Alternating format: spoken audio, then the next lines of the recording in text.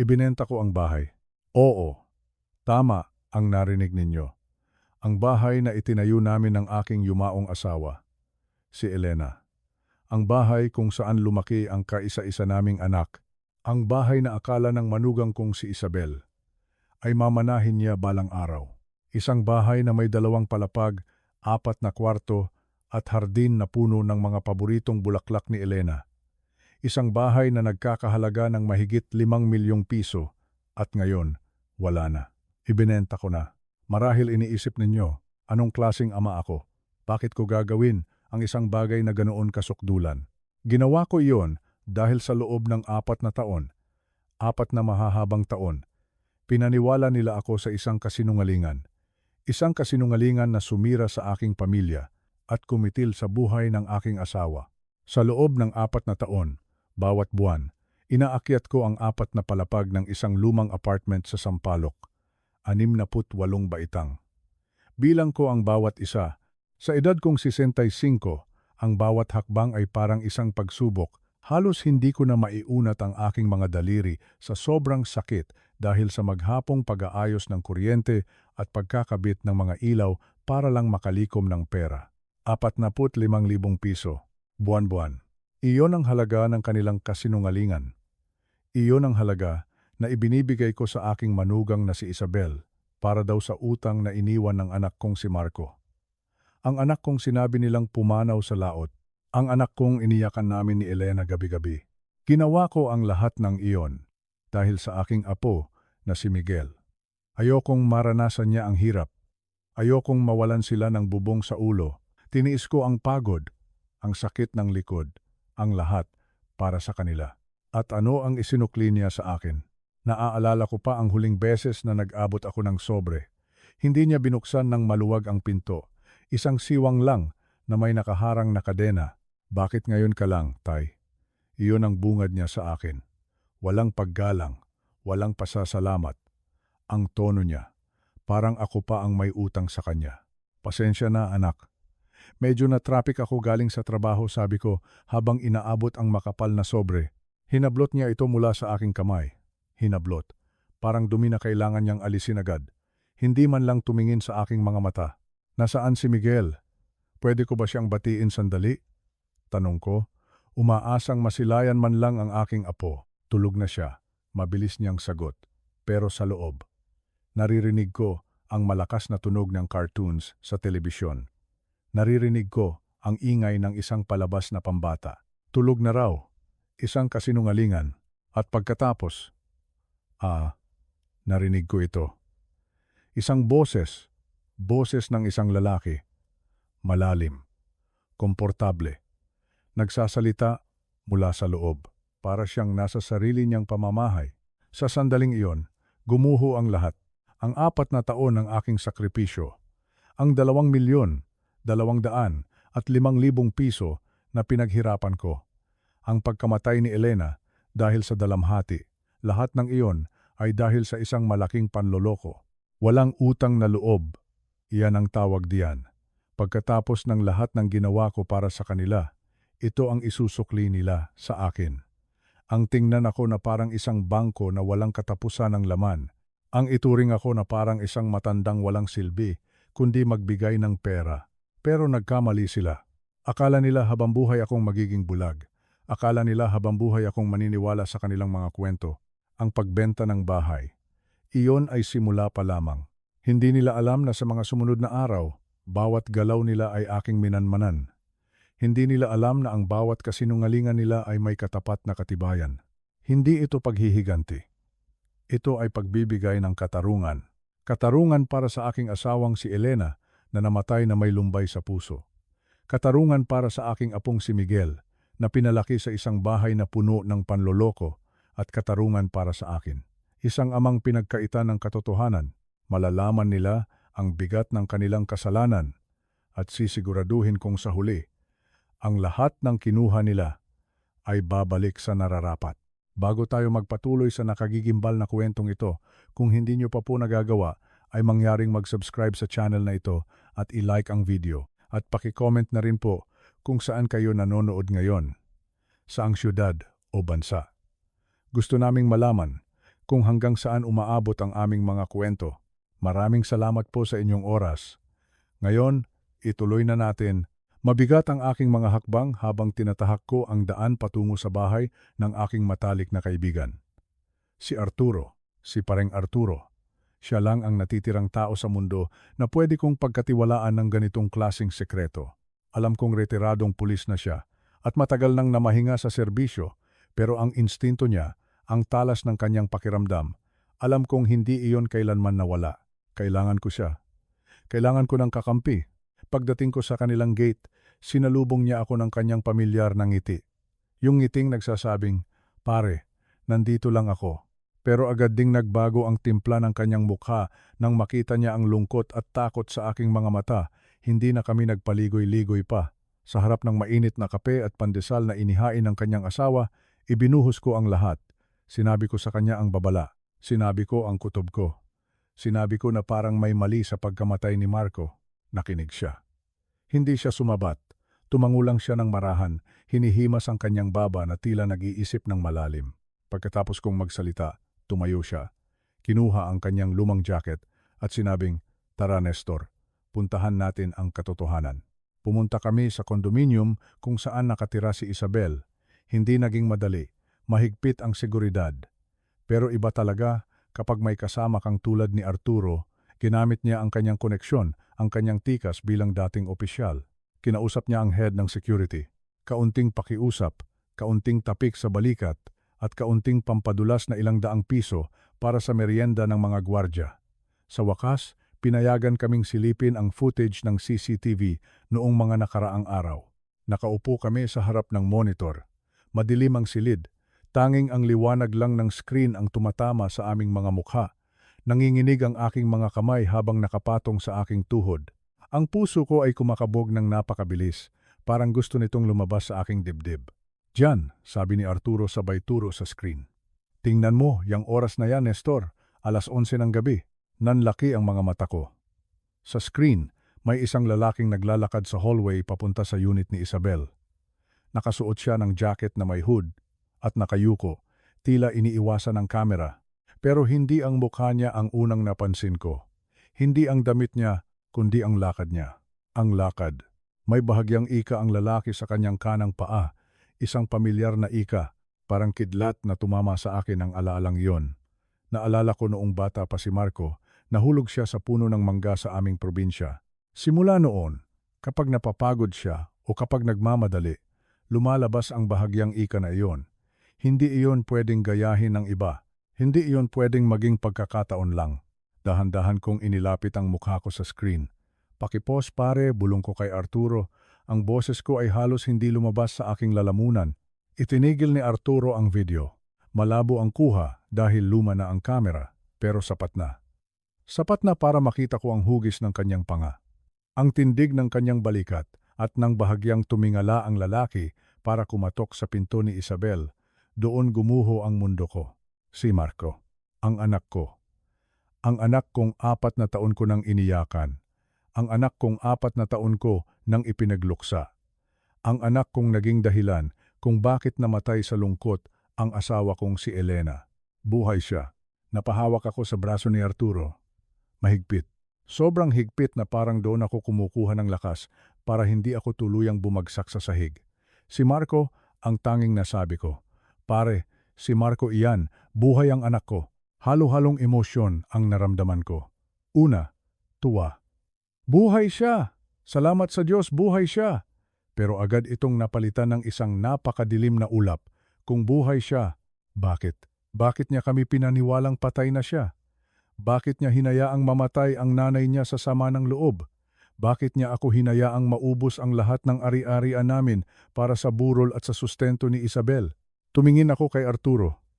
Nakita ko sa mga mata niya ang awa at ang galit. Alam niya. Alam niya kung gaano kasakit ito para sa isang ama. Pinanood namin ulit ang video. Paulit-ulit. Nakita namin siyang pumasok sa loob ng unit. Nakita namin kung paano siya sinalubong ni Isabel. Hindi ito salubong ng isang nagulat. Ito ay salubong ng isang naghihintay. Hinalikan siya ni Isabel. Yakap. Tila ba isang normal na gabi lang ito para sa mag-asawa. Pakiramdam ko ay sinaksak ako ng paulit-ulit sa dibdib. Niloko nila ako. Niloko nila kaming mag-asawa. Ang bawat luhang pumatak sa mga mata ko noong libing niya. Ang bawat gabing hindi ako makatulog sa pangungulila, lahat iyon ay tinawanan lang nila. Lumabas kami ng building na lutang ang isip ko. Ang ingay ng mga sasakyan sa kalsada, ang init ng araw, parang wala akong nararamdaman. Manhid na manhid ako. Nestor, tapik ni Arturo sa akin. Huwag tayong padalos-dalos. Kailangan nating malaman ang buong katotohanan. Kung buhay si Marco, may malaking dahilan at may mas malaking laro silang nilalaro. Tama si Arturo. Hindi pa tapos ito. Simula pa lang ito. Kung buhay ang anak ko, ibig sabihin ay buhay din ang kasinungalingan. At bilang ama, bilang haligi ng tahanan, tungkulin kong alamin kung bakit, kahit na ang katotohanan iyon ay masakit pa kaysa sa kamatayan. Kailangan kong magpakatatag para kay Elena, para sa hustisya. Hindi ko mapigilang mapaluha habang nakasakay kami sa jeep pauwi. Ang mga luhang ito ay hindi na dahil sa lungkot. Ito ay dahil sa galit. Isang galit na ngayon ko lang naramdaman sa buong buhay ko. Ang anak ko. Ang sarili kong dugo at laman. Paano niya nagawa ito sa amin?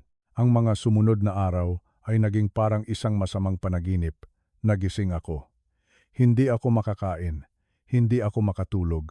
Sa tuwing ipipikit ko ang aking mga mata, nakikita ko ang mukha ni Marco sa CCTV. Buhay, naglalakad, humihinga, habang ako, ang tatay niya, ay parang unti-unting namamatay sa sakit ng katotohanan. Pero hindi ako pwedeng tumigil. Sabi nga ni Pareng Arturo, kailangan nating kumilos. Sinimulan namin ang mas malalim na investigasyon. Nagmistula kaming mga espiya sa sarili naming kwento. Araw-araw, inaabangan namin ang kilos ni Isabel. Nakatambay kami sa loob ng lumang kotse ni Arturo, nagtitiis sa init, nagtitiis sa gutom, naghihintay ng kahit anong senyales. Minsan, naiisip ko, ganito ba dapat ang buhay ng isang 70 taong gulang? Dapat nag-aalaga na lang ako ng mga apo. Dapat nagpapahinga na lang ako sa beranda habang nagkakape. Pero heto ako, nagtatago sa dilim. Sinusundan ang manugang ko na puno ng sikreto. Isang hapon, nakita naming lumabas si Isabel. Maganda ang bihis niya, nakapula, parang may pupuntahang espesyal. Sinundan namin siya. Maingat si Arturo sa pagmamaneho, sapat lang ang layo para hindi kami mahalata. Huminto ang taxi ni Isabel sa isang pamilyar na restaurant sa Quezon City. Isang lugar na medyo mahal, yung tipong hindi mo pupuntahan kung wala kang sine-celebrate. Bumaba kami at pumasok. Umupo kami sa isang sulok na medyo madilim, malayo sa kanila pero tanaw namin ang bawat galaw. At doon, nakita ko siya. Ang kasama ni Isabel, hindi si Marco, kundi si Rico. Si Rico, ang matalik na kaibigan ni Marco mula pa noong high school. Si Rico na laging nasa bahay namin noon, na tinuring ko na ring parang sariling anak. Si Rico, na umiyak ng napakalakas noong libing kunwari ni Marco. Si Rico na laging umaalalay sa akin at kay Elena noong nagluluksa kami. Nanginginig ang buong katawan ko sa galit. Nakita ko silang nagtatawanan. Hinawakan ni Rico ang kamay ni Isabel na nakapatong sa mesa. Hinaplos niya ito ng may malisya at pagmamahal. Hindi iyon kilos ng magkaibigan lang. Hindi iyon kilos ng isang kumpare sa biyuda ng kanyang kaibigan. Iyon ay kilos ng magkarelasyon. Traidor! Bulong ko sa sarili ko. Mga traidor kayo. Akala ko, simpleng panloloko lang ito tungkol sa pera. Akala ko, nagtago lang si Marco dahil sa utang o kung anuman. Pero mas malalim pa pala, mas masalimuot. Habang pinakikinggan namin sila, bagamat hindi namin marinig ang eksaktong usapan, kitang-kita sa mga galaw nila ang katotohanan. Masaya sila. Nagdiriwang sila, samantalang ako, ang matandang naloko, ay halos walang makain para lang maibigay ang hinihingi nilang pera. Biglang pumasok sa isip ko ang isang napakasakit na posibilidad, kung magkasama si Rico at Isabel at kung buhay si Marco. Anong klaseng laro ito? Pinagtutulungan ba nila ako? O pati si Marco ay biktima rin ng dalawang ito?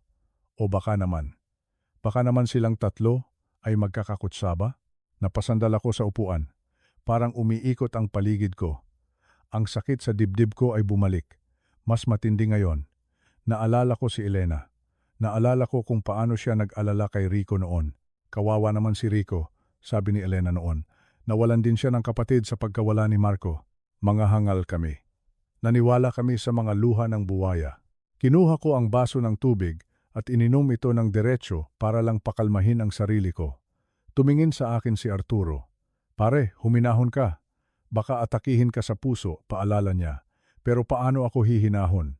Ang buong buhay ko, ang alaala ng pamilya ko, ay binababoy ng mga taong pinagkatiwalaan namin. Maya-maya, may iniabot na sobre si Rico kay Isabel. Makapal na sobre. Pera. Sigurado akong pera iyon. Galing ba iyon sa mga ipinadala ko?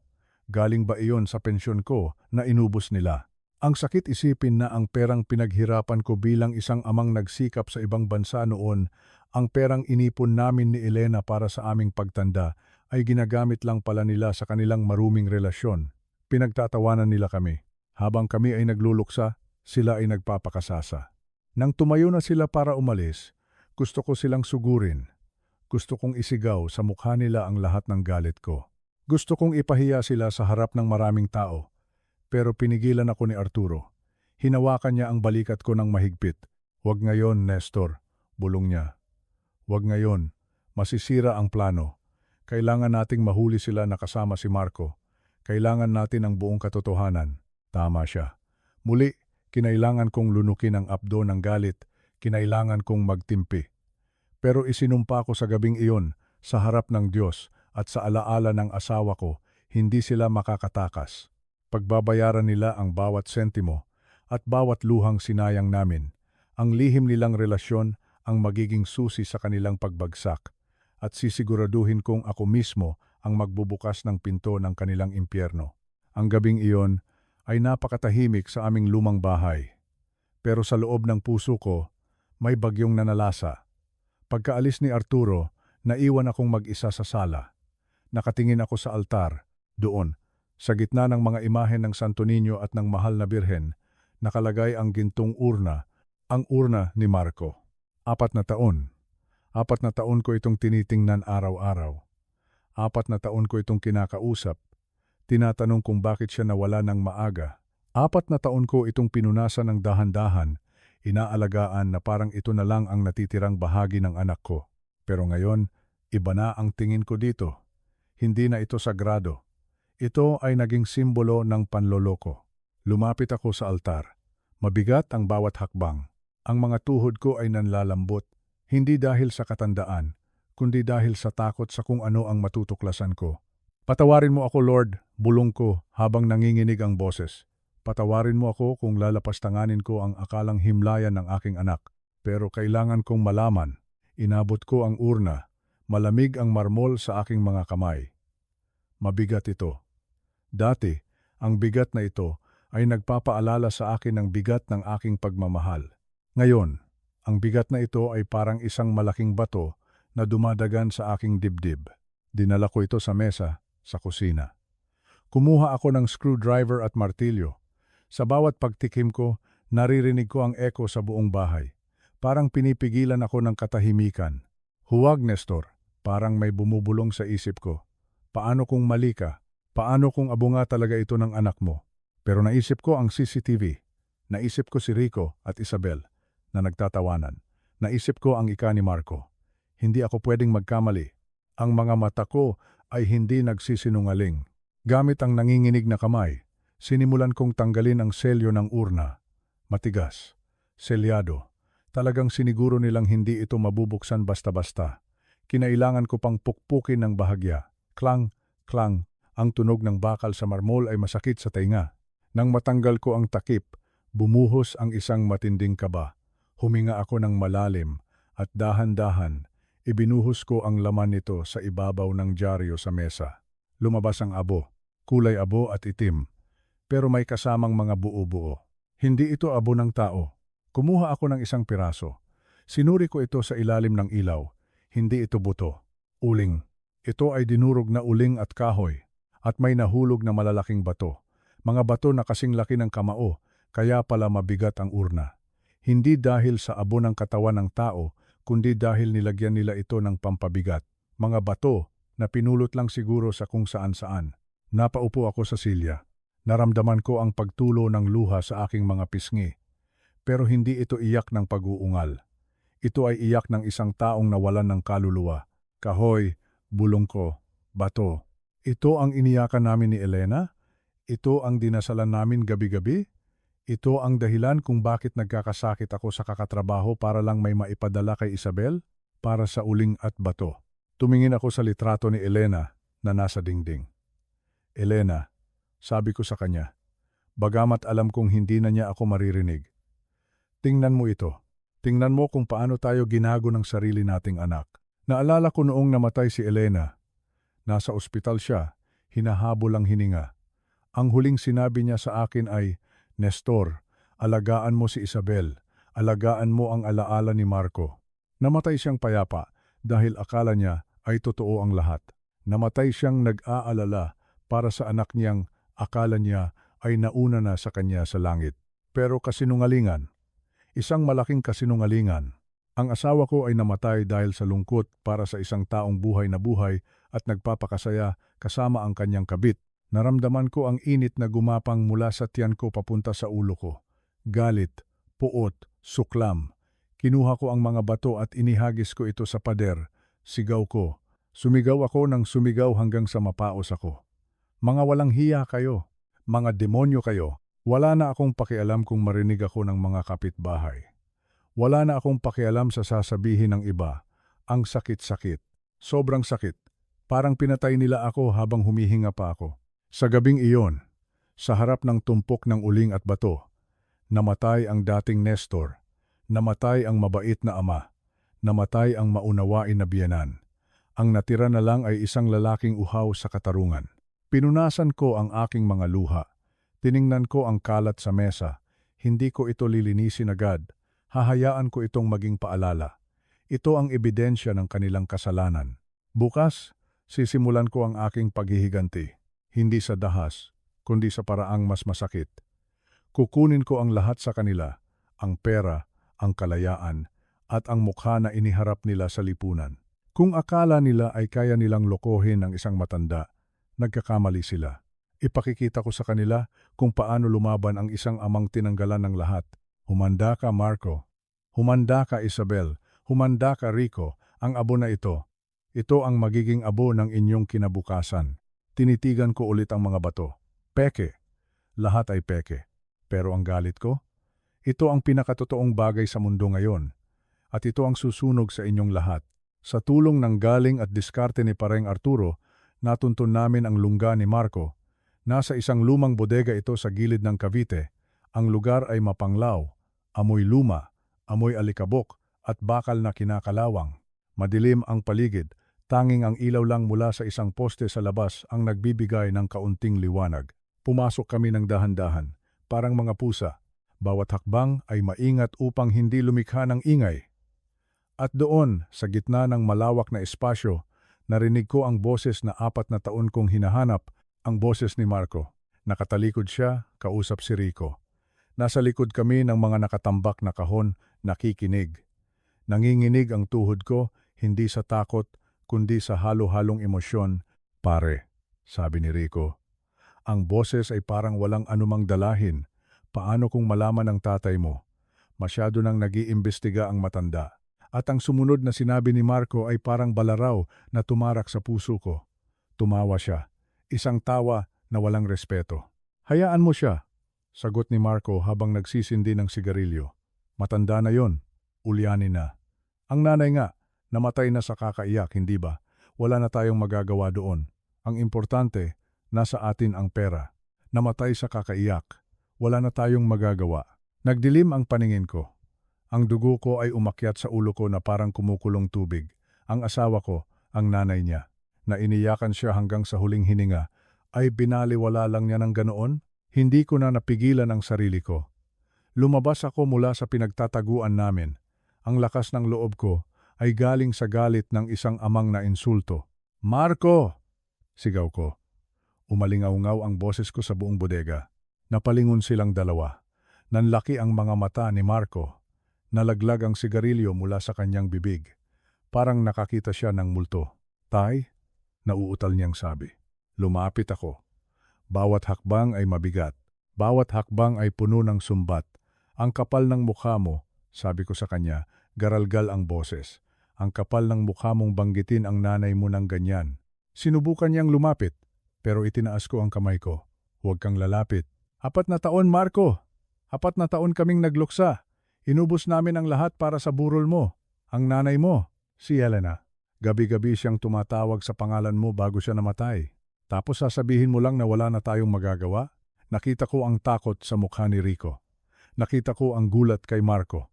Tay, magpapaliwanag ako, sabi ni Marco, pero wala nang saysay ang mga salita niya. Ano ang ipapaliwanag mo? Sigaw ko pabalik. Nabuhay ka? Na nagpapakasasa ka habang kami ay naghihirap? Pinatay mo ang nanay mo, Marco. Hindi sakit ang pumatay sa kanya. Ang kasinungalingan mo, ang kasinungalingan nyo. Gusto ko siyang saktan. Gusto ko siyang sampalin para magising siya. Pero mas masakit ang nararamdaman ko sa dibdib. Ang anak na pinalaki ko sa hirap at ginhawa, ang anak na ipinagmalaki ko sa lahat, ay naging isang halimaw dahil sa pera. Humakbang si Arturo sa tabi ko, handang umalalay kung sakaling magkagulo. Tinitigan ko si Marco sa mata. Wala na akong anak, sabi ko ng mahina, pero tagos sa buto. Ang anak ko ay namatay. Na 4 na taon na ang nakararaan. Ang nasa harap ko ngayon ay isang estranghero. Tumalikod ako. Hindi ko kayang tingnan ang mukha niya nang hindi nadudurog ang puso ko. Pero alam kong hindi pa ito tapos. Ito pa lang ang simula ng paniningil. Umalis kami sa bodega na mabigat ang loob. Pero si Arturo, bilang dating pulis, ay mabilis mag-isip. Habang nagkakagulo ang emosyon ko kanina, nakuha pala niya ang isang naiwang tablet sa mesa malapit sa pinto. Siguro ay sa pagmamadali nila o sa gulat, hindi nila ito napansin. Pagdating namin sa bahay, agad binuksan ni Arturo ang tablet. Hindi ito nakalock. At ang tumambad sa amin ay mas masahol pa sa inaasahan ko. Emails, chat messages, bank transfers. Binasa namin ang palitan ng mensahe ni Isabel at Rico. Habang binabasa ko ito, parang unti-unting hinihigop ang lakas ko. Mahal, mensahe ni Isabel kay Rico. Konting tiis na lang.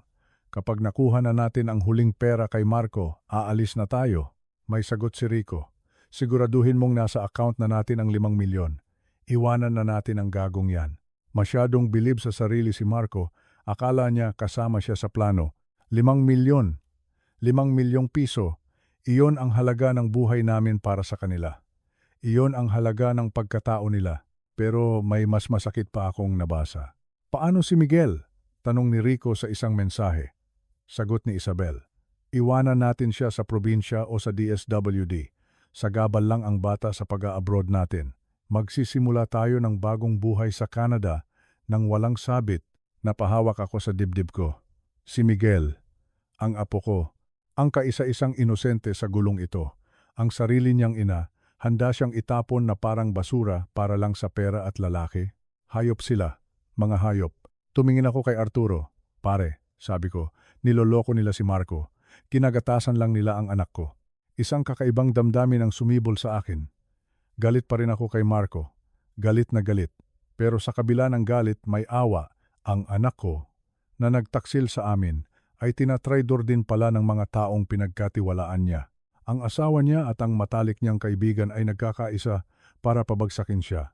Si Marco ay hindi ang mastermind. Siya ay biktima rin ng sarili niyang kahangalan. Isa siyang papet na pinaglalaruan ni na Isabel at Rico.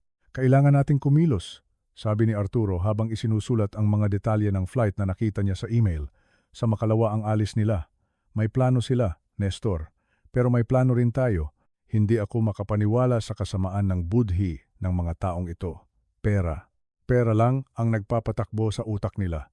Nakalimutan na nila ang Diyos. Nakalimutan na nila ang pamilya. Pero hindi ko hahayaang mangyari ang plano nila kay Miguel. Kukunin nila ang pera? Sige. Pero ang iwanan ng apo ko?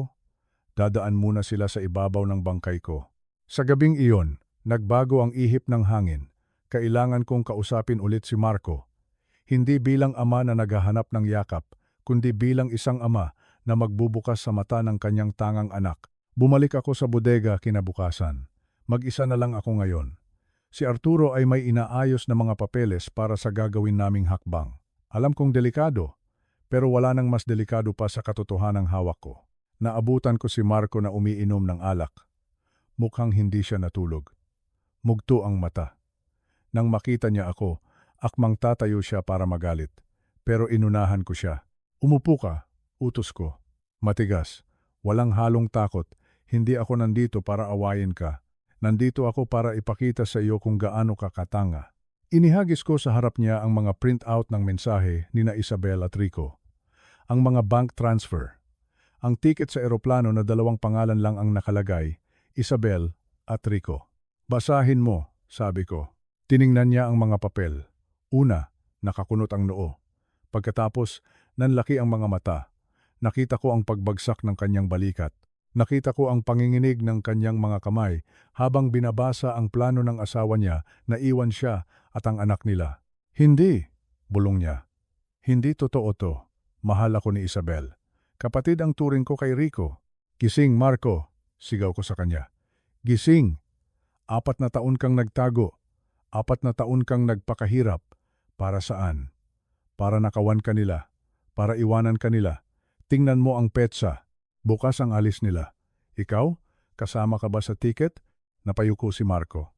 At doon, nakita ko ang pagguho ng isang lalaki. Ang yabang na ipinakita niya kahapon ay nawala. Napalitan ito ng iyak ng isang batang naisahan. Umiyak siya ng malakas. Humagulgol siya na parang bata. Tay, tawag niya sa akin. Tay, patawarin niyo ako. Ang tanga ko. Ang sama ko. Tinitigan ko siya. Gusto ko siyang yakapin, pero sariwa pa ang sugat. Huwag kang humingi ng tawad sa akin. Humingi ka ng tawad sa nanay mo. Humingi ka ng tawad sa Diyos. Huminga ako ng malalim. Pero ngayon, may kailangan tayong gawin. Iiwan nila si Miguel, ang apo ko. Hahayaan mo ba yon? Umiling siya ng mabilis. Hindi, tay. Hindi pwede. Kung gayon, tumayo ka dyan, sabi ko. Magsama tayo. Hindi dahil pinatawad na kita, kundi dahil kailangan nating pigilan ang mga demonyong yon. Pagkatapos nito, bahala na ang batas sa iyo. Pero sa ngayon, tulungan mo akong iligtas ang natitira sa pamilyang ito. Tumayo si Marco. Pinunasan ng luha. Sa unang pagkakataon matapos ang maraming taon, nakita ko ulit ang anak ko. Hindi ang kriminal, kundi ang anak kong handang itama ang mali. Ano ang gagawin natin, tay? Tanong niya. Ilalaglag natin sila. Sagot ko. Siguraduhin nating ang eroplanong sasakyan nila ay didiretso sa kulungan. Magkaibang panig kami ng batas. Isang amang niloko at isang anak na manloloko. Pero sa oras na ito, pinag-isa kami ng isang layunin, ang hustisya at ang pagmamahal kay Miguel. 3:00 ng hapon. Napakainit ng sikat ng araw sa labas ng Ninoy Aquino International Airport o NAIA. Kahit nasa loob kami ng sasakyan at naka-aircon, parang tumatagos pa rin ang init sa aking balat. O baka naman hindi ito init ng panahon. Baka ito ay init ng aking dugo. Init ng galit na kanina ko pa pinipigil na sumabog. Nakatigil kami sa parking lot, di kalayuan sa entrance ng International Departures. Nasa manibela si Pareng Arturo. Tahimik, kalmado, parang bato. Sa likod naman nakaupo ang anak ko, si Marco. Tiningnan ko siya sa rear view mirror. Nakayuko siya. Nakatitig sa kanyang mga palad na magkasalikop. Putot-putot ang kanyang hininga. Kung titingnan mo siya, aakalain mong siya ay isang batang naghihintay ng parusa mula sa kanyang guro. Pero hindi na bata si Marco. Siya ay isang lalaking nagkamali, naligaw, at ngayon ay basag na basag ang pagkatao. Handa ka na ba? Tanong ko sa kanya. Ang boses ko ay mahina, pero sa liit ng espasyo ng kotse, parang kulog itong narinig. Nag-angat ng tingin si Marco. Pula ang kanyang mga mata. Mugto. Opo, tay, sagot niya. Gusto ko na itong matapos. Huminga ako ng malalim. Tandaan mo, Marco, hindi lang pera ang binabawi natin ngayon. Binabawi natin ang dignidad ng pamilya natin. Binabawi natin ang pangalan ng nanay mo na binaboy nila. Tumango siya. Wala siyang imik. Alam kong masakit para sa kanya ito. Ang babaeng minahal niya, ang babaeng pinakasalan niya, at ang kaibigang tinuring niyang kapatid ay sabay natatakas tangay ang lahat ng meron siya. Tangay, pati ang kinabukasan ng anak niya.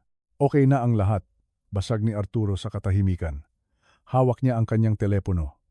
Kausap niya kanina pa ang mga dati niyang kasamahan sa NBI at sa airport police. Nakapwesto na sila sa loob. Hinihintay na lang natin ang pagdating ng mga target. Mga target. Ganoon na lang sila ngayon. Hindi na manugang. Hindi na kumpare. Sila ay mga target na lang ng batas. Lumabas kami ng sasakyan. Sinalubong kami ng ingay ng paliparan, busina ng mga taxi, sigaw ng mga porter, tawanan ng mga pamilyang maghahatid o susundo. Dati, tuwing pupunta ako dito, masaya ako. Naalala ko noong umuwi ako galing Saudi. Dito ako sinalubong ni Elena at ng batang Marco, puno ng pag-asa, puno ng pasalubong. Pero ngayon, ang paliparan ay mukhang libingan ng mga pangarap. Bawat tawa na naririnig ko sa paligid ay parang insulto sa nararamdaman ko. Paano nakakatawa ang mundo habang ang pamilya ko ay nagdurugo? Naglakad kami papasok. Ang lamig ng aircon sa loob ay nanunuot sa buto. O baka naman nanlalamig lang ako sa kaba? Hindi ako bata. 70 taong gulang na ako. Ang tuhod ko ay rayumain. Ang likod ko ay kuba, nasa trabaho. Pero sa oras na ito, pakiramdam ko ay kailangan kong maging matatag. Hindi pwedeng bumigay ang katawan ko. Hindi ngayon. Kailangan ako ng hustisya. Pumuwesto kami sa isang sulok, malapit sa mga hilera ng upuan kung saan naghihintay ang mga pasahero bago mag-check-in. Maraming tao, siksikan, pero dahil sa galing ni Arturo, nakahanap kami ng pwesto na tago pero tanaw ang buong entrance. Doon, bulong ni Arturo sabay turo sa malayo gamit ang kanyang nguso. Ayun ang entrance ng airline nila. Naghintay kami. Ang bawat segundo ay parang oras. Tick, tock. Naririnig ko ang tibok ng puso ko sa aking tainga. Tiningnan ko si Marco sa tabi ko. Nanginginig ang kamay niya. Hinawakan ko ito. Mahigpit. Isang hawak ng ama na nagsasabing, nandito lang ako. Kahit galit ako sa kanya, kahit na niloko niya ako, dugo ko pa rin siya. At sa laban na ito, magkakampi kami. At pagkatapos ng ilang minutong parang walang katapusan, nakita ko na sila. Si Isabel at si Rico. Para akong binuhusan ng malamig na tubig. Tapos binuhusan ng kumukulong mantika. Halo-halong emosyon. Naglalakad sila papasok na parang mga artista. Si Isabel, nakasuot ng magandang dress na kulay cream, may scarf na nakapalupot sa leeg at naka-sunglasses kahit nasa loob ng building. Hila-hila niya ang isang malaking maleta na kulay ginto. Si Rico naman, naka-polo shirt na signature, naka-slacks, at kumikinang ang relo sa braso. Tulak-tulak niya ang trolley na puno ng bagahe.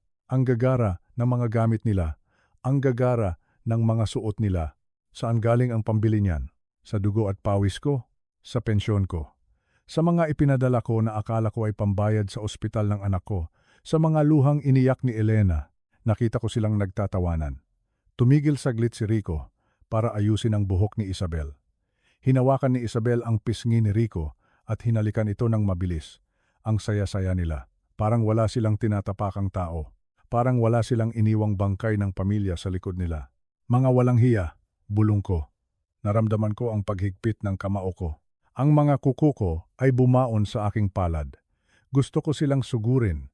Gusto ko silang saktan. Gusto kong ipamukha sa kanila ang sakit na dinulot nila. Pero pinigilan ako ni Arturo. Wait, sabi niya nang mahina. Hayaan nating lumapit sila sa counter. Hayaan nating isipin nilang panalo na sila. Tama si Arturo. Mas masakit ang pagbagsak kapag nasa tuktok ka na. Hahayaan namin silang maramdaman ang lasa ng tagumpay bago namin ito agawin at durugin sa harap nila. Naglakad sila papunta sa check-in counter. Nakangiti si Isabel habang inaabot ang mga pasaporte nila sa attendant. Siguro iniisip niya ang buhay na naghihintay sa kanila sa abroad. Canada? Amerika? Kung saan man iyon. Sigurado silang ligtas na sila. Sigurado silang maiiwan ang tangang si Marco at ang ulyanin na si Nestor sa Pilipinas habang sila ay nagpapakasasa sa 5 milyong piso. 5 milyon, napakalaking halaga. Pero kapalit noon ay ang kaluluwa nila. Nang tataka na sana ng attendant ang boarding pass, iyon na ang hudyat, nagsignal si Arturo. Biglang nagbago ang ihip ng hangin sa airport. Mula sa kung saan, lumabas ang 5 lalaking nakasibilyan pero may mga nakasukbit na badge. Pinalibutan nila ang counter. Ang mga security guard ng airport ay lumapit din. Isabel Santos, Rico Dalisay, sigaw ng isang opisyal. Ang boses niya ay matigas, puno ng autoridad. Huwag kayong kikilos. Kitang-kita ko ang reaksyon nila. Parang slow motion. Nanlaki ang mga mata ni Isabel. Nabitawan niya ang kanyang handbag. Ang ngiti sa kanyang labi ay napalitan ng purong takot. Namutla siya na parang papel. Si Rico naman, na kanina ay ang tikas-tikas, ay biglang naging parang basang sisiw. Tumingin siya sa kaliwat kanan, naghahanap ng matatakbuhan. Pero wala. Sarado ang lahat ng daan. Anong? Anong ibig sabihin nito? Narinig kong sigaw ni Isabel. Wala kaming ginagawang masama. Turista lang kami. Ang kapal ng mukha. Hanggang sa huli, nagsisinungaling pa rin. Lumapit ang mga pulis at hinawakan sila sa braso. Nagpupumiglas si Rico. Bitawan niyo ako. Alam niyo ba kung sino ako? Sigaw niya. Oo, sagot ng pulis. Ikaw ang suspect sa qualified theft at estafa. At marami pang iba. Ito na ang oras namin. Tumingin ako kay Marco. Tumango siya. Sabay kaming lumabas mula sa aming pinagtataguan. Parang nahawi ang dagat ng mga tao habang naglalakad kami palapit sa kanila. Ang tunog ng baston ko sa sahig. Tuk, tuk, tuk. Iyon lang ang naririnig ko. Nang makita kami ni Isabel, para siyang nakakita ng multo. Titay Nestor, nauutal niyang sabi. Tapos lumipat ang tingin niya sa katabi ko. Me Marco, katahimikan. Isang nakakabinging katahimikan sa pagitan namin. Tinitigan ko si Isabel. Mula ulo hanggang paa. Ang manugang na tinuring kong tunay na anak. Ang babaeng inalagaan namin ni Elena.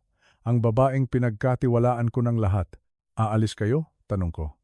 Mahina lang, pero may diin. Aalis kayo nang hindi man lang nagpapaalam? At bitbit niyo pa ang pera ng asawa ko? Hindi makasagot si Isabel. Umiyak siya bigla. Yung iyak na pilit. Yung iyak ng batang nahuli sa akto. Tay, maniwala kayo. Si Rico ang may kasalanan ng lahat. Tinakot niya ako. Pinilit niya ako. Napatawa ako ng mapait. Tinakot? Inulit ko ang sinabi niya. Isabel, nabasa ko ang email mo. Nabasa ko ang chat niyo. Ikaw ang nagsabing iwanan si Miguel sa aming probinsya. Ikaw ang nagsabing sagabal ang sarili mong anak. Napasinghap ang mga tao sa paligid. Ang mga usisero na nakikichismis ay nagulat. Narinig nila iyon. Sagabal ang anak. Walang inang matino ang magsasabi niyan. Lumapit si Marco kay Isabel. Ang mukha ng anak ko ay puno ng sakit. Mahal niya ang babaeng ito. Alam ko iyon. Kaya siya nagpagamit. Kaya siya nagtago. Dahil sa pagmamahal. Pero ngayon, ang pagmamahal na iyon ay naging lason. Marco. Tawag ni Isabel sa kanya. Nagmamakaawa. Mahal, tulungan mo ako. Sabihin mo sa kanila, asawa mo ako. Umiling si Marco. Tumulo ang luha sa kanyang mata. Asawa? Tanong ni Marco. Ang asawa, karamay sa hirap at ginhawa, hindi magnanakaw, hindi ahas. Tumingin si Marco kay Rico, ang matalik niyang kaibigan. At ikaw, Rico, kapatid ang turing ko sa iyo. Pinapasok kita sa bahay ko. Pinakain kita. Tapos, ito ang igaganti mo? Aahasin mo ang asawa ko at nanakawin mo ang pera ng pamilya ko? Yumuko lang si Rico. Hindi siya makatingin ng diretso. Duwag. Kung gaano siya katapang sa text, ganoon siya kaduwag sa personal. Posasan na yan. Utos ni Arturo sa mga pulis. Click, click. Ang tunog ng bakal. Ang tunog ng hustisya. Nang marinig ko ang posas na lumapat sa mga pulso nila, parang nabunutan ako ng tinik sa dibdib. Pero hindi pa ako tapos. May kailangan pa akong sabihin. Lumapit ako ng husto kay Isabel. Sobrang lapit na naaamoy ko ang mahal niyang pabango. Pabango na binili gamit ang nakaw na pera. Isabel, sabi ko, alam mo ba kung ano ang laman ng urna na iniiyakan ko gabi-gabi? Natigilan siya. Tumingin siya sa akin ng may takot. Uling, sabi ko. Uling at bato. Iyon ang iniwan niyo sa akin. Iyon ang ipinalit niyo sa buhay ng anak ko. Habang kayo, nagpapakasasa sa pera, ako, niyayakap ko ang mga bato at uling. Tumulo ang luha ko. Hindi ko na mapigilan. Namatay ang asawa ko, si Elena, na ang akala niya ay patay na ang anak niya. Namatay siya sa lungkot. Kayo ang pumatay sa kanya, hindi ang sakit sa puso, kundi kayo, ang kasamaan niyo. Napahagulgol na si Isabel. Patawad, tay. Patawad. Huli na ang tawad, sagot ko. Dalhin niyo na ang pera. Sige, isama niyo sa kulungan. Tingnan natin kung mabibili niyo ang kalayaan niyo. Tingnan natin kung mabibili nyo ang konsensya nyo. Hinila na sila ng mga pulis. Nagpupumigla si Isabel, sumisigaw, nagwawala. Hindi! Hindi ako pwedeng makulong. Marco, Tay, maawa kayo. Pero tumalikod na ako. Hindi ko na kayang panoorin. Ang sakit-sakit, parang pinipiga ang puso ko.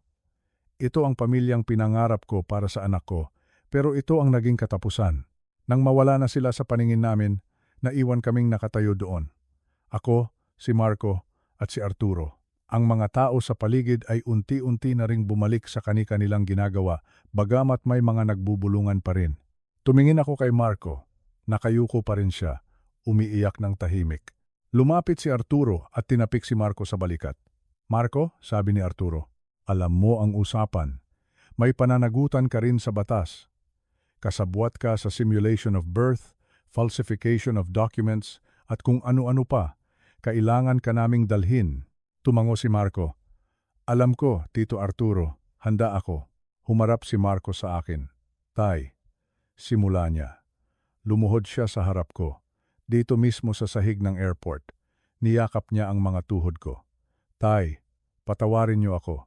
Alam kong hindi sapat ang habambuhay para pagbayaran ko ang ginawa ko kay nanay at sa inyo. Pero pinapangako ko, pagkatapos nito, magbabago ako. Para kay Miguel. Hinawakan ko ang ulo niya. Ang buhok niya na nagsisimula ng magkaroon ng uban. Anak ko pa rin siya. Kahit gago siya, anak ko pa rin siya. Tumayo ka diyan, sabi ko. Inalalayan ko siyang tumayo. Pagbayaran mo ang kasalanan mo, Marco. Harapin mo ang parusa ng parang tunay na lalaki. Huwag kang tumulad sa kanila na tumatakbo. Harapin mo.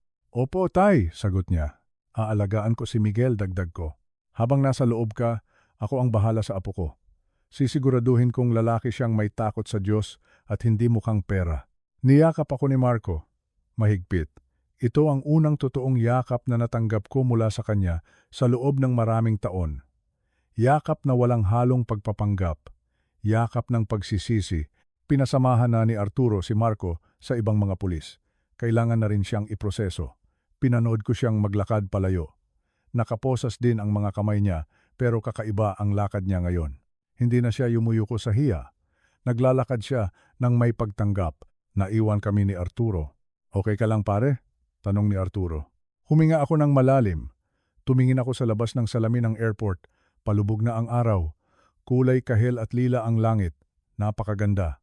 Okay na ako pare, sagot ko. Pagod lang. Pagod na pagod. Tara na, yaya niya. Umuwi na tayo. May apo ka pang uuwian. Oo nga pala. Si Miguel. Siya na lang ang natitira. Siya ang pag-asa. Habang naglalakad kami palabas ng airport, naramdaman ko ang paggaan ng hangin. Wala na ang bigat sa dibdib ko. Wala na ang mga lihim. Wala na ang mga kasinungalingan. Masakit ang katotohanan, oo. Sobrang sakit. Pero ang katotohanan ang nagpalaya sa akin. Tumingala ako sa langit. Elena, bulong ko sa isip ko. Mahal ko, tapos na. Nahuli na sila. Natauhan na ang anak natin. Pwede ka nang magpahinga ng payapa. Huwag kang mag-alala. Ako na ang bahala dito. Pumasok ako sa sasakyan ni Arturo. Sa pagkakataong ito, hindi na mainit. Malamig na ang simoy ng hangin. Tahimik na ang mundo ko. At sa unang pagkakataon sa loob ng 4 na taon, alam kong makakatulog ako ng mahimbing ngayong gabi. Ang hustisya ay hindi laging masaya. Minsan, ito ay malungkot. Minsan, ito ay nangangahulugan ng pagkawala ng lahat. Pero ang hustisya ay kinakailangan para maghilom ang sugat. Ang sugat ng pamilyang ito ay magsisimula palang maghilom ngayon. At ako, si Nestor, ang magsisilbing gamot at baluti para sa kinabukasan ng aking apo. Pinaandar ni Arturo ang makina.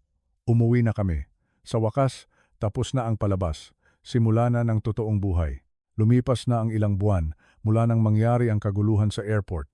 Mabilis ang panahon, parang kailan lang. Puno ng sigawan at iyakan ang buhay ko. Parang kailan lang. Ang puso ko ay punong-puno ng galit at paghihiganti. Pero ngayon, habang nakaupo ako sa aming lumang beranda, iba na ang simoy ng hangin. Mas presko, mas payapa. Tapos na ang paglilitis. Naalala ko pa ang huling araw sa korte. Ang tunog ng maso ng hukom. Bang! Isang tunog na tumapos sa lahat ng aming bangungot. Ang husgado ay puno ng tao. Pero para sa akin, kaming pamilya lang ang nandoon. Nakita ko si Isabel at si Rico. Nakasuot sila ng kulay kahel na damit ng mga bilanggo. Iba na ang itsura nila. Wala na ang mamahaling alahas. Wala na ang magagarang damit. Wala na ang yabang sa kanilang mga mukha. Ang natira na lang ay ang pagod at pagsisisi. Si Rico, ang lalaking akala mo ay kung sinong hari, ay nakayuko na lang. Napatunayan ng korte ang lahat ng kanyang kasalanan. Estafa, pagnanakaw, paggamit ng peking dokumento at marami pang iba. Hinatulan siya ng reclusion perpetua. Habang buhay na pagkakakulong, hindi na siya makakalabas pa, doon na siya tatanda, doon na siya mamamatay sa loob ng malamig na rehas. Si Isabel naman, ang manugang ko, ang babaeng minahal namin ni Elena, na parang tunay na anak. Nang basahin ang hatol sa kanya, napahagulgol siya. Pareho sila ng sentensya ni Rico, habang buhay. Dahil siya ang utak sa likod ng planong iwanan ang sarili niyang anak at tangayin ang pera ng pamilya. Tumingin siya sa akin bago siya ilabas ng mga gwardya. "Tay, patawad," ang sabi ng kanyang mga mata.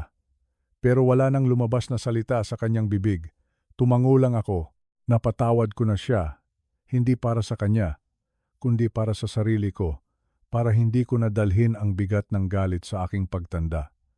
Pero ang kapatawaran ay hindi nangangahulugan na makakatakas siya sa parusa. Ang batas ay batas, at ang karma ay hindi natutulog. At si Marco, ang anak ko, ito ang pinakamahirap na bahagi. Dahil sa kanyang pag-amin, dahil sa kanyang pakikipagtulungan sa mga pulis, at dahil napatunayang napilitan lang siya at biktima rin ng manipulasyon, naging mas magaan ang kanyang parusa, hindi habang buhay. Pero kailangan pa rin niyang makulong ng ilang taon. Bago siya dalhin sa bilibid, nagkaroon kami ng ilang minuto para mag-usap.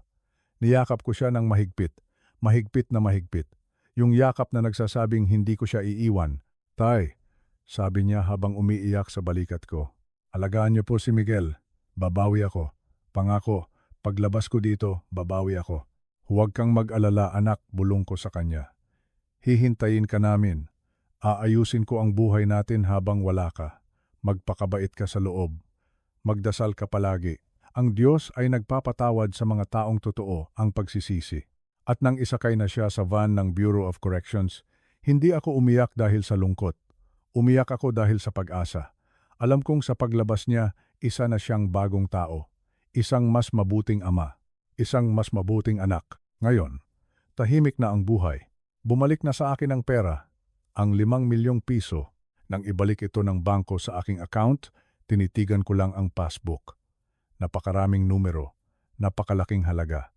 Dati, ito ang dahilan kung bakit nasira ang pamilya namin. Ito ang ugat ng kasamaan. Pero ngayon, nakikita ko ito sa ibang liwanag. Hindi ito premyo. Ito ay instrumento. Hindi ko ginalaw ang pera para sa sarili ko. Hindi ako bumili ng bagong kotse. Hindi ako nagpagawa ng mansyon. Matanda na ako. Hindi ko na kailangan ng mga luho. Ang kailangan ko ay kasiguraduhan. Kasiguraduhan para sa kinabukasan ng aking apo. Si Miguel, siya na lang ang kasama ko ngayon sa bahay. Siya ang aking liwanag. Siya ang dahilan kung bakit gumigising pa ako tuwing umaga. Kinausap ko ang manager ng bangko. Inilagay ko ang malaking bahagi ng pera sa isang trust fund at educational plan para kay Miguel. Sinigurado ko na kahit anong mangyari sa akin, kahit mawala man ako bukas o sa makalawa, makakapag-aral siya, makakapagtapos siya ng kolehiyo. Hindi siya magugutom.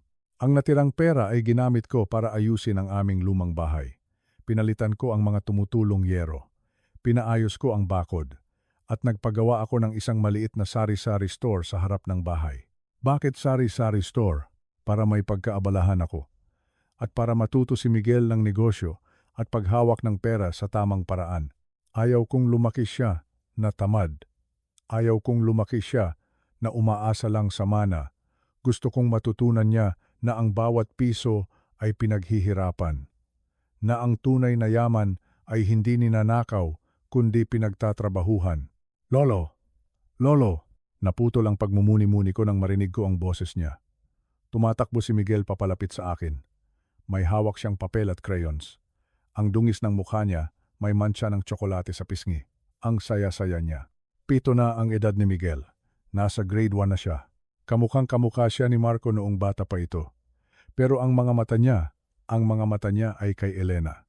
Maamo, malambing. Ano yan, apo? Tanong ko habang pinupunasan ang pawis sa kanyang noo gamit ang aking panyo.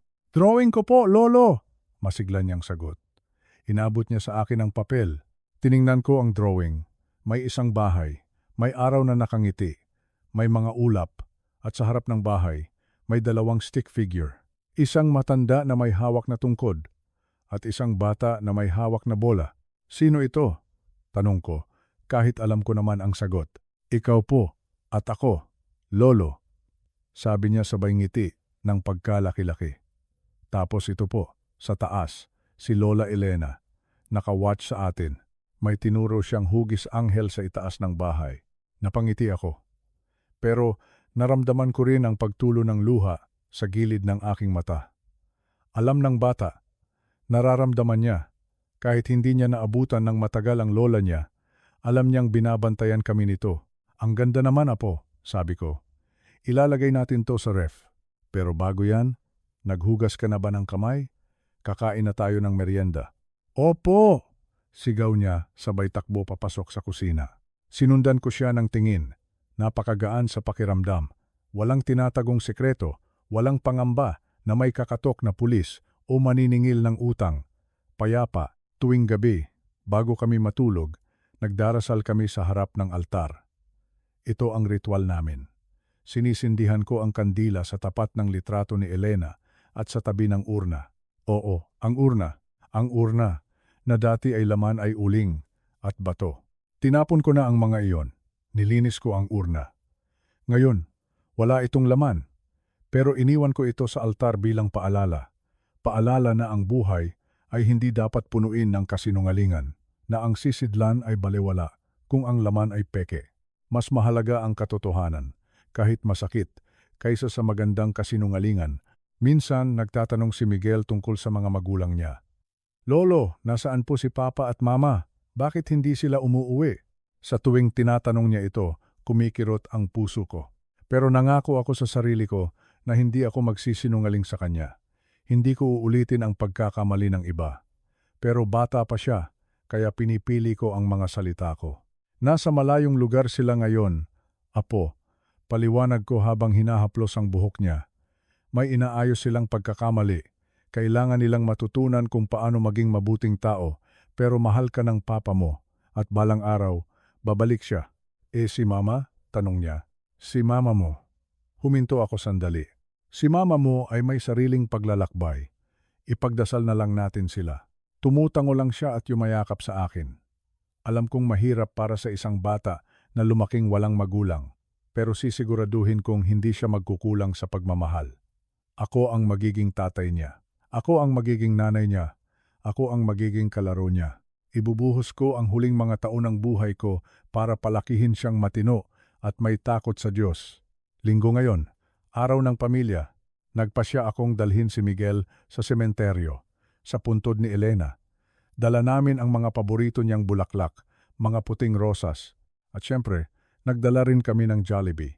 Dahil iyon ang paborito ni Miguel at alam kong matutuwa si Elena na makita kaming kumakain ng masaya. Habang naglilinis ako ng lapida, kinausap ko ang asawa ko. Mahal, bulong ko sa hangin. Okay na kami. Huwag ka nang mag-alala. Ang gulo ng nakaraan ay tapos na. Nakuha na natin ang hustisya. Pero higit sa hustisya, nakuha natin ang kapayapaan. Tumingin ako kay Miguel na naglalaro ng takbuhan kasama ang ibang mga bata sa di kalayuan. Ang apo natin, Elena, lumalaking mabait, patuloy ko, matalino, mana sa'yo.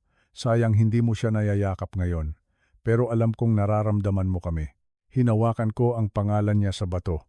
Malamig, pero mainit ang pagmamahal na nararamdaman ko. Hihintayin ko na lang ang panahon na magkikita tayo ulit, sabi ko. Pero sa ngayon, dito muna ako. Kailangan pa ako ni Miguel. Kailangan pa ako ni Marco paglabas niya. May misyon pa ako. Nang papalubog na ang araw, naglakad na kami pa uwi. Hawak ko ang kamay ni Miguel sa kanan ko at ang tungkod ko sa kaliwa. Ang anino namin ay humahaba sa daan habang tinatamaan ng kulay kahel na liwanag ng araw. Lolo, gusto ko ng ice cream. Hirit ni Miguel habang dumadaan kami sa tindahan. Napatawa ako. Sige na nga. Pero wag mong sasabihin sa dentist mo ha. Bumili kami ng ice cream. Dirty ice cream na tinitinda ni Manong Sorbetero. Keso para sa akin, tsokolate para sa kanya. Umupo kami sa isang bench sa parke ng aming barangay. Pinanood namin ang mga tao. May mga nagjo-jogging, may mga nagtitinda ng balut, may mga magkasintahang nagtatawanan. Ang buhay ay patuloy na umiikot. Noong mga nakaraang buwan, akala ko katapusan na ng mundo ko. Akala ko mamamatay akong luhaan at talunan. Akala ko ang kwento ko ay magtatapos sa trahedya.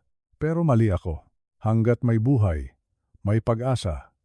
Hanggat may katotohanan, may kalayaan. Tumingin ako sa langit. Ang unang bituin ay lumabas na. Naalala ko ang sinabi ni Pareng Arturo sa akin bago siya umuwi sa probinsya para magretiro ng tuluyan. Sabi niya, Nestor, ang ginto kapag dumaan sa apoy, lalong kumikintab. Ganoon din tayo. Dumaan tayo sa impyerno, pero tingnan mo ngayon, buo pa rin tayo. Tama siya, buo pa rin ako. May mga lamat, oo. May mga pilat, pero ang mga pilat na ito ay simbolo ng aking paglaban. Humarap ako kay Miguel. Apo, uwi na tayo? May pasok ka pa bukas. Opo, Lolo. Sagot niya habang dinidilaan ang tumutulong ice cream sa kanyang kamay. Lolo, love you po. Natigilan ako. Ang sarap pakinggan. Ang sarap sa pakiramdam. Mahal din kita, apo. Sobra, sagot ko. Naglakad kami pa uwi. Mabagal. Hindi nagmamadali. Ninanamnam ko ang bawat hakbang, ninanamnam ko ang bawat sandali. Sa wakas, naintindihan ko na kung ano ang tunay na tagumpay. Hindi ito ang pagkakaroon ng 5 milyon. Hindi ito ang pagkapanalo sa korte. Ang tunay na tagumpay ay ang makatulog ka sa gabi nang walang inaalalang atraso. Ang tunay na tagumpay ay ang makita mong nakangiti ang apo mo. Ang tunay na tagumpay ay ang pagkakaroon ng isang payapang puso. Ito ang aking bagong simula. Ako si Nestor, isang ama, isang lolo, isang survivor, at ito ang kwento ng aking buhay. Isang kwento na nagsimula sa isang malaking kasinungalingan, pero nagtapos sa isang napakagandang katotohanan. Nakarating na kami sa tapat ng aming gate. Binuksan ko ito. Ang ilaw sa loob ng bahay ay nakabukas, mainit, at nag-aanyaya. Pasok na, Miguel, sabi ko. Pumasok siya at lumingon sa akin. Lolo, tara na. Sumunod ako. Isinara ko ang gate. At sa pag-click ng kandado, alam kong ligtas kami. Alam kong ayos na ang lahat. Bukas, panibagong araw na naman, panibagong pag-asa, at handa akong harapin ito, kasama ang aking apo, at ang alaala ng aking mahal na asawa. Salamat sa Diyos. Salamat sa katarungan. Salamat sa bagong buhay. Wakas.